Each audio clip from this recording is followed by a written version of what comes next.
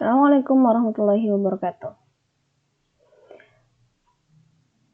Baik, teman-teman sekalian, pada kesempatan kali ini kita akan membahas mengenai ukuran penyebaran data. Nah, ukuran penyebaran data atau ukuran dispersi ini merupakan suatu ukuran yang menyatakan seberapa besar nilai-nilai data itu berbeda atau bervariasi dengan nilai ukuran pusatnya, atau secara lebih sederhana bisa dikatakan sebagai ukuran besar penyimpangan nilai data terhadap nilai pusatnya. Nah, ada beberapa macam ukuran dispersi data yang akan bersama-sama kita pelajari.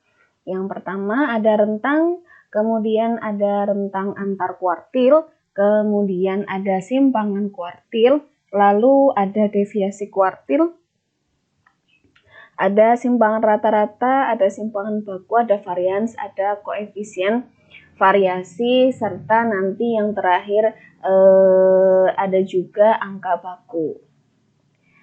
Nah, apa itu mereka semua? Baik, kita akan langsung masuk ke dalam materi yang pertama, yaitu yang pertama kita akan membahas mengenai rentang. Rentang biasa juga disebut sebagai jangkauan atau dapat juga disebut sebagai range. Nah, cara mencari rentang data, jadi ini untuk rumus yang diberikan di sini adalah rumus untuk mencari rentang data. Jadi yang namanya rentang itu cara mencarinya tinggal kita kurangkan antara data terbesar dan data yang paling kecil. Nah, selanjutnya rentang antar kuartil. Rentang antar kuartil yang namanya rentang atau jangkauan atau range itu sama ya. Jadi di mana-mana itu di selisih antara kalau rentang data ya data terbesar dan dikurangi data terkecil. Jika rentang antar kuartil ya berarti kuartil atas dikurangi kuartil bawah. Nah, selanjutnya ada simpangan kuartil. Nah, untuk mencari simpangan kuartil sebenarnya sama saja kita mencarinya lewat rentang antar kuartil ya. Rentang antar kuartil kita bagi 2. Nah, kita bagi 2 sehingga jika ditanyakan simpangan kuartil dengan terlebih dahulu sudah pernah menghitung rentang antar kuartil akan lebih mudah menjawabnya. Hanya tinggal membagi 2 saja. Oke, nah ingat kembali untuk tabel distribusi frekuensi yang kemarin kita bahas. Ada beberapa poin yang perlu kita ingat lagi. Yang pertama adalah nilai yang paling besar. Nilai yang paling besar adalah 98. Kemudian nilai yang paling kecil adalah 10, sedangkan masing-masing kuartil adalah bisa dilihat di sini ya. Nah, oke, selanjutnya kita akan mencari masing-masing kategori tadi. Yang pertama kita akan mencari range data atau jangkauan data. Nah, berarti untuk mencari range data atau jangkauan data kita tinggal mengurangi X yang paling besar atau data terbesar dengan data yang paling kecil atau X minimumnya. Nah, data terbesar di sini adalah 98 ya. Kemudian dikurangi data yang paling kecil itu 10 sehingga range datanya adalah 88. Oke. Kemudian kita akan cari juga untuk range antar kuartil atau jangkauan ya, sama saja jangkauan antar kuartil. Nah, seperti apa cara mencarinya? Kita tinggal mengurangkan kuartil atas dikurangi kuartil bawahnya. Itu kuartil atasnya. Kemarin saat kita mempelajari ukuran letak, kita sudah mencari kuartil atasnya atau Q3, yaitu hasilnya 81,85 ya. Kita tulis aja. Kita kurangkan, karena kita mau nyari jangkauan antar kuartil, kita kurangkan dengan kuartil bawahnya. Kemarin kita dapat hasilnya adalah 53,375. Nah, sehingga untuk jangkauan antar kuartil akan didapatkan hasilnya adalah 28,475. Nah, selanjutnya masih ada simpangan kuartil ya. Nah, untuk simpangan kuartil itu kan bisa kita cari dengan membagi dua range atau jangkauan antar kuartil. Nah, karena sebelumnya kita sudah menghitung jangkauan antar kuartilnya ketemunya 28,475, ya tinggal kita bagi dua saja. Kecuali belum diketahui range atau jangkauan antar kuartilnya, haruslah teman-teman mencari jangkauan antar kuartilnya. Oke, ini 28,475, kita bagi dua, hasilnya adalah 14,2375. Oke, ini adalah cara mencari range data, range antar kuartil serta simpangan kuartil. Baik, kita akan masuk ke materi yang selanjutnya, yaitu simpangan rata-rata. Apa itu simpangan rata-rata? Jadi, simpangan rata-rata merupakan nilai rata-rata hitung harga mutlak dari simpangan-simpangannya. Nah, untuk mencari simpangan rata-rata, dia juga rumusnya dibedakan untuk mencari simpangan rata-rata data tunggal serta data kelompok. Nah, untuk mencari simpangan rata-rata data tunggal, kita bisa mencari dengan rumus ini ya.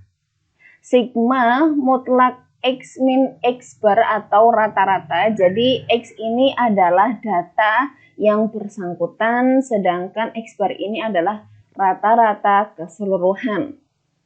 Nah, selanjutnya untuk data berkelompok kita bisa mencari dengan cara sigma F kali mutlak X min X bar dibagi sigma F. Nah, F ini adalah frekuensi dari masing-masing kelas ya. Ini sebenarnya bisa juga dikasih indeks FI dikalikan nilai mutlak XI min X bar. X bar ini adalah rata-rata ya.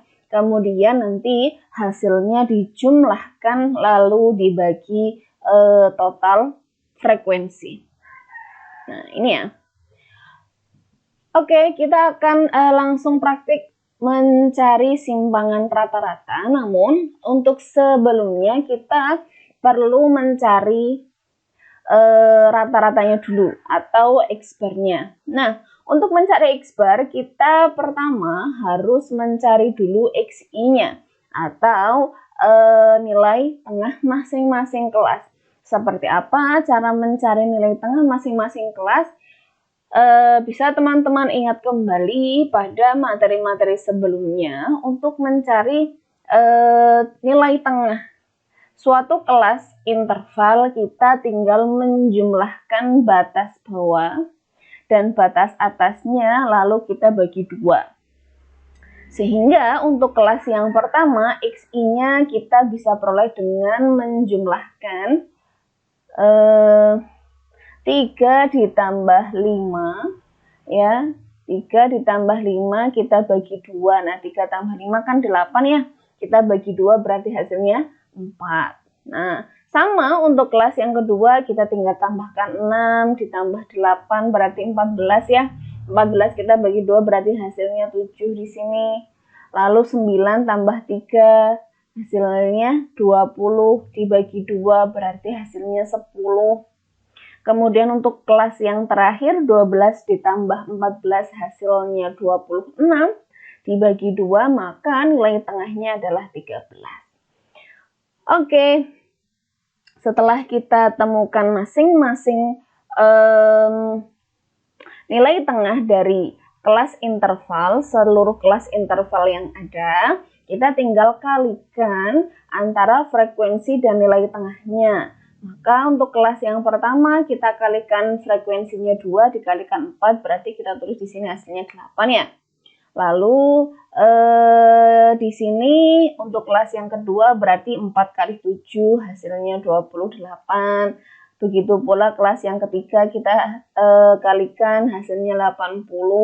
Kemudian untuk kelas yang terakhir frekuensinya 6 dikalikan nilai tengahnya 13 hasilnya 78. Oke, selanjutnya kita tinggal jumlahkan frekuensi kali nilai tengahnya.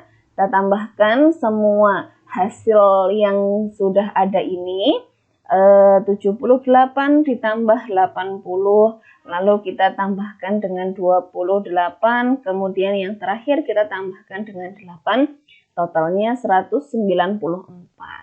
Oke, tadi sudah saya singgung bahwa untuk yang pertama kita perlu nilai rata-ratanya.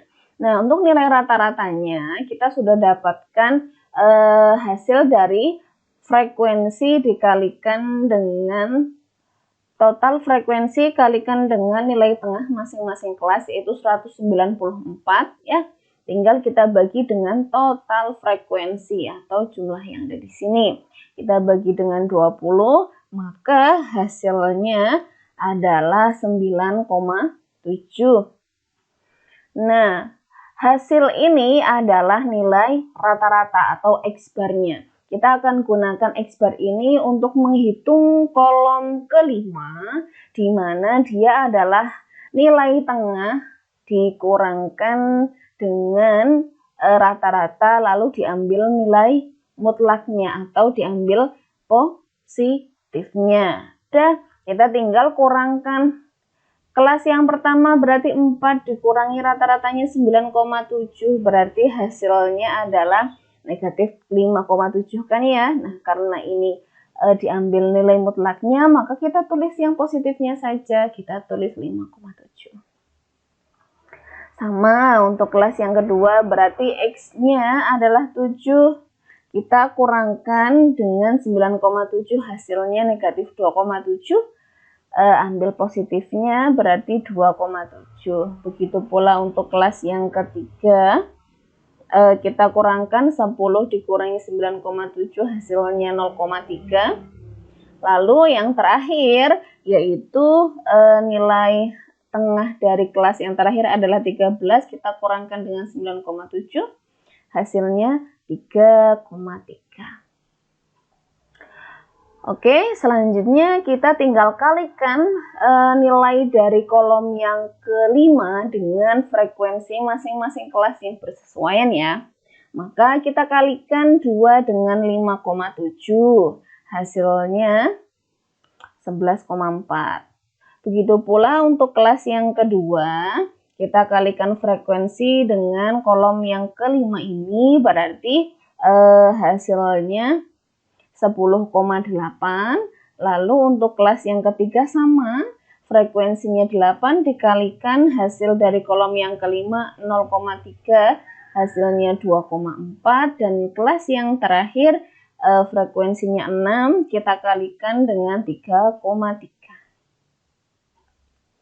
Hasilnya 19,8.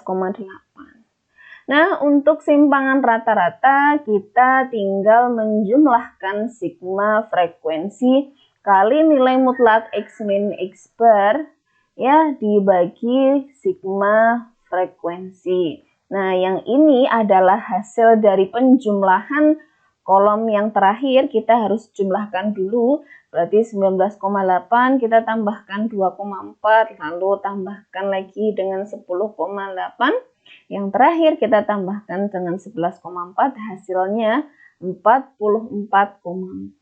Kita bagi dengan total frekuensinya berapa ini? 20. Tinggal kita cari hasilnya sama dengan 2,22. Nah, ini adalah untuk simpangan rata-rata dari tabel ini ya. Oke. Selanjutnya kita akan mempelajari mengenai ragam atau variansi. Nah, untuk ragam atau variansi adalah jumlah kuadrat dari selisih nilai data observasi dari nilai rata-ratanya, lalu dibagi dengan jumlah observasinya. Nah, mungkin ini secara kata-kata sedikit kurang mudah untuk dicerna. Kita langsung masuk ke rumusnya saja. Sama, untuk mencari ragam atau frekuensi, kita juga dibedakan cara mencari ragam, data tunggal, serta data yang berkelompok. Untuk data tunggal, kita bisa mencarinya lewat rumus S kuadrat sama dengan 1/N dikalikan sigma XI min X bar kuadrat. Itu untuk data tunggal. Kemudian untuk data yang berkelompok, hampir sama, hanya di sini N-nya di sini adalah sigma Fi. Sama saja, cuma kan kalau data tunggal ya penempatannya kalaupun dipakai tabel yaitu tabelnya bukan tabel distribusi frekuensi. Sedangkan kalau data berkelompok berarti nanti tabelnya menggunakan tabel distribusi frekuensi. Oke, kita akan mencari ragam atau variansi ya dari tabel yang ini.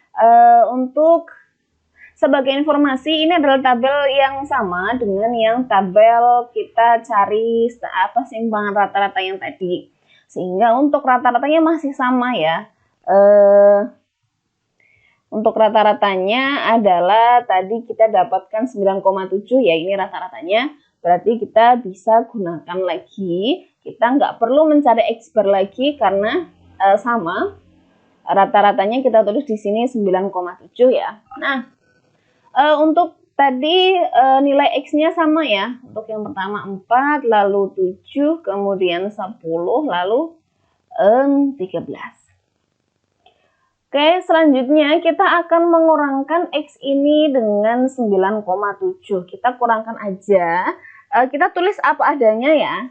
Nah, kita tulis di kolom ke-4. Nah, berarti untuk yang pertama 4 kita kurangkan dengan 9,7, hasilnya negatif 5,7 ya. Kemudian untuk yang kedua hasilnya negatif 2,7, kemudian untuk kelas yang ketiga hasilnya 0,3, dan untuk kelas yang terakhir hasilnya 3,3 positif ya. Nah, selanjutnya untuk kolom yang kelima kita tinggal menguadratkan hasil dari kolom sebelumnya, kan gitu. Nah, berarti untuk baris yang pertama kita tinggal kuadratkan 5,7, hasilnya sama dengan 32,49. Begitu pula untuk baris-baris yang selanjutnya kita tinggal kuadratkan nilai di kolom sebelumnya. Oke, kita kalikan 2,7 dengan 2,7 hasilnya 7,29. Lalu untuk kelas yang ketiga 0,3 kuadrat hasilnya 0,09, serta untuk kelas yang terakhir 3,3 dikuadratkan hasilnya 10,89. Nah, selanjutnya ini belum selesai, kita harus mengalihkan nilai pada kolom yang kelima ini dengan nilai frekuensi di kelas yang bersesuaian ya. Nah, jadi untuk yang pertama yaitu kita kalikan frekuensi kelas yang pertama yaitu 2 dengan hasil di kolom yang kelima pada baris yang pertama yaitu 32,49. Oke, hasilnya kita tulis di sini 64,98. Silakan teman-teman juga bisa cross check juga ya. Untuk kelas yang kedua frekuensinya 4, kita kalikan dengan 7,29. Kemudian untuk kelas yang ketiga frekuensinya 8, kita kalikan dengan 0,09. Hasilnya kita tuliskan. Dan yang terakhir adalah frekuensinya 6, kita kalikan dengan 10,89. Hasilnya 65,34. Oke, langkah selanjutnya barulah kita jumlahkan ke semua baris yang ada di kolom terakhir ini. Oke, kita tinggal jumlahkan saja 0,7. Lalu kita tambahkan dengan baris yang ketiga, yang terakhir kita tambahkan juga dengan baris yang keempat ya. Oke, hasilnya adalah 160,2. Nah, untuk hasil ini kita akan gunakan untuk mencari variansinya ya. Jadi untuk variansnya, jadi untuk ragamnya kita tinggal bagikan saja hasil dari kolom yang terakhir 160,2 kita bagikan dengan total frekuensi, yaitu kita bagi dengan 20. Hasilnya adalah 8,01. Nah, ini adalah varians untuk populasi. Sedangkan untuk varian dari kelompok kita bisa mencari dengan rumus yang sama, hanya total frekuensinya kita kurangi 1. Berarti untuk varian ini kan yang populasi, untuk yang kelompok kita bisa menghitung sebagai 160 dibagi N-1. N-nya kan 20. Min 1 berarti 19. Nah, kita bagi dengan 19, maka hasilnya 8,43. Nah, ini cara mencari ragam atau varians. Oke, selanjutnya kita akan berlatih mencari standar deviasi. Apa itu standar deviasi? Standar deviasi atau simpangan standar itu adalah akar dari jumlah deviasi kuadrat bilangan-bilangan tersebut dibagi banyaknya bilangan. Atau dengan sederhana kita bisa menyatakan bahwa yang namanya standar deviasi itu kita bisa mencarinya dengan mengakarkan ragam yang dari data tersebut. Nah, untuk rumusnya data tunggal, nah ini kan tadi sebenarnya sama, dia tak lain dan tak bukan adalah rumus dari ragam atau varians yang tadi sudah kita bahas. Nah, untuk data berkelompok sama kan ya, jadi sigma F dikalikan X min X kuadrat, X bar dikuadratkan dibagi sigma F. Nah, maka untuk mencari standar deviasi, ya, untuk mencari standar deviasi dari populasi kita bisa mencarinya dengan akar dari varians. Nah, tadi akar dari varians untuk yang data tadi kita peroleh 8,1 untuk varians populasinya dan 8,43 untuk varians sampelnya. Nah, kita bisa cari untuk standar deviasi dari populasi, kita tinggal mengakarkan saja.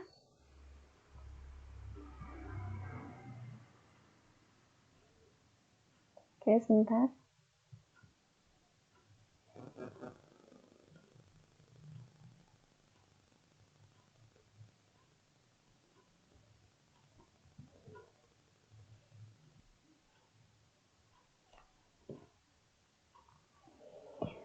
Oke, untuk tadi kita sudah mendapatkan varians dari populasinya yaitu 8,01 dan varians dari populasinya 8,43. Nah, tinggal kalau kita akan mencari standar deviasinya, kita bisa mengakarkan saja, berarti untuk standar deviasi populasi hasilnya adalah 8,1, kita akarkan, berarti hasilnya adalah 2,82.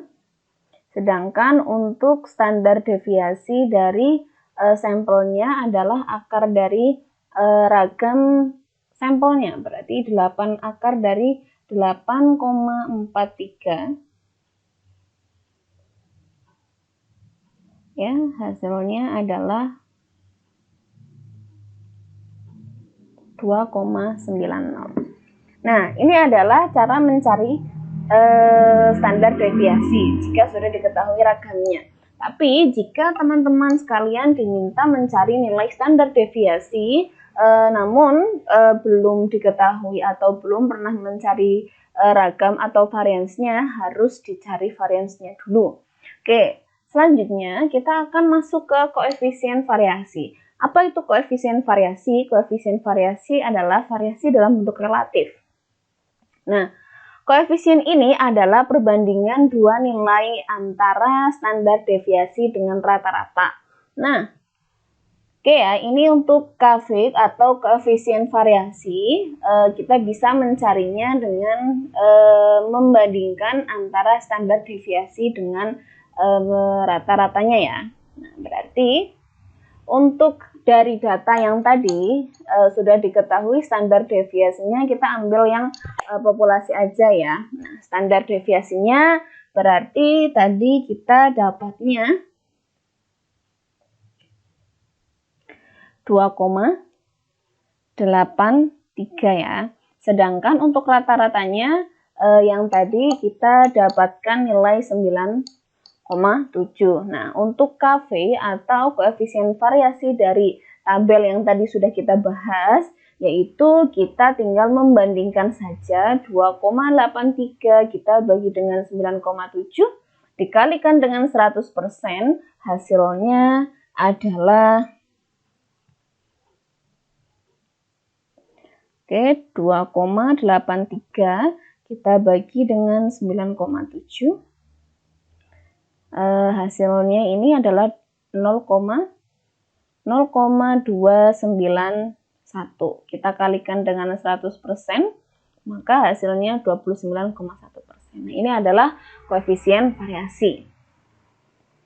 Selanjutnya ada angka baku. Nah, dalam statistika, untuk membandingkan dua keadaan atau lebih, diperlukan nilai simpangan baku, serta diperlukan juga nilai rata-rata kelompoknya ya. Nah, jadi misalkan kita akan membandingkan dua buah apapun itu, akan membandingkan antara dua buah keadaan atau apapun itu, maka kita perlu yang namanya standar bandingnya.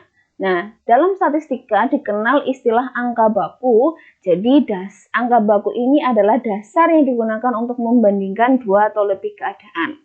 Nah, untuk mencari angka baku, kita bisa mencarinya lewat rumus Z ini. Nah, untuk mencari nilai Z ini atau angka baku ini, kita bisa mengurangkan. Jadi ini X dikurangi X bar. X ini adalah nilai yang akan kita bandingkan, lalu X bar ini adalah rata-rata populasinya, kemudian dibagi standar deviasinya ya. Nah, kita akan masuk ke contoh soal. Jadi di sini ada seorang mahasiswa dapat nilai 86 untuk mata kuliah statistika. Nah, mata kuliah ini rata-rata kelasnya adalah 78. Simpangan bakunya adalah 10. Sedangkan mahasiswa tadi juga melakukan tes juga untuk mata kuliah bahasa Indonesia. Nilainya dapat 92, tapi rata-rata kelasnya diketahui 84 dan simpangan bakunya 18. Nah, kita bisa membandingkan antara nilai statistika dan nilai bahasa Indonesia. Sebenarnya mahasiswa tersebut itu lebih unggul di bagian yang mana? Nah, Untuk memecahkan masalah ini kita bisa menggunakan angka baku, yaitu angka baku kita peroleh dengan mencari nilai Z. Z kita peroleh dengan X dikurangi X bar atau rata-rata dibagi standar deviasinya. Nah, kita misalkan nih untuk mata kuliah statistika. Kita misalkan kita akan mencari angka baku, dia adalah Z1, kita namain Z1 biar lebih mudah ya. Kemudian untuk mata kuliah bahasa Indonesia, kita misalkan dia adalah Z2. Nah, agar kita bisa membandingkan lebih unggul mana antara nilai bahasa Indonesia dan nilai statistika, kita bisa mencarinya lewat nanti kita dengan membandingkan nilai Z-nya. Yuk, sekarang kita cari nilai Z atau angka baku dari nilai statistika. Yaitu tinggal kita masukkan aja ke rumus. X adalah nilainya, nilai mahasiswa tersebut. Berarti 86. Dikurangkan dengan X bar. X bar itu apa? Rata-rata kelas. Atau rata-rata populasinya. Dibagi dengan standar deviasinya. Atau simpangan bakunya. Nah, berarti dibagi 10. Nah, kita tinggal diproses aja. Berarti 86 kita kurangkan dengan 78. Hasilnya adalah 8, kita bagi dengan 10 berarti 0,8. Ini adalah angka baku untuk mata kuliah statistika. Selanjutnya, kita akan cari juga nilai angka baku untuk mata kuliah yang kedua atau bahasa Indonesia ya. Rumusnya masih sama, tinggal kita kurangkan saja nilai mahasiswa tersebut berapa. Nilainya tadi kan ini ya 92. Kita kurangkan 92 dengan rata-rata kelas. Kurangi 84 ya, dibagi dengan standar deviasinya atau simpangan baku populasinya yaitu 18. Nah, tinggal kita proses aja. Berarti 92 kita kurangkan dengan 84. Hasilnya 8 dibagi dengan 18. Nah, angka baku untuk mata kuliah bahasa Indonesia adalah 0,44. Nah, untuk perbandingannya kita bisa lihat dari angka bakunya. Pada mata kuliah statistika, angka baku dia adalah 0,8. Sedangkan pada mata kuliah bahasa Indonesia, angka bakunya adalah 0,4. Sehingga kita bisa mengatakan bahwa mahasiswa tersebut sebenarnya lebih unggul pada mata kuliah statistika dibandingkan mata kuliah bahasa Indonesia. Mengapa? Karena setelah dicari angka bakunya, di mana angka baku itu kita menggunakan patokan populasinya dengan menggunakan rata-rata dan juga simpangan bakunya untuk menentukan patokannya. Dan ternyata nilai angka bakunya pada mata kuliah statistika itu lebih unggul atau lebih tinggi dibandingkan nilai baku mata kuliah bahasa Indonesia, sehingga kita bisa katakan bahwa mahasiswa tersebut lebih unggul pada mata kuliah statistika. Walaupun jika dilihat dengan mata telanjang, nilai statistikanya hanya 86, sedangkan bahasa Indonesianya 92. Namun, saat kita cari angka bakunya dengan dibandingkan keadaan sekitar atau dengan populasinya atau dengan teman-teman sekelasnya, ternyata dia sebenarnya lebih unggul pada mata kuliah statistika. Baik, untuk pembahasan pada kesempatan kali ini sudah selesai materinya, saya cukupkan. Selamat belajar, kurang lebihnya mohon maaf. Assalamualaikum warahmatullahi wabarakatuh.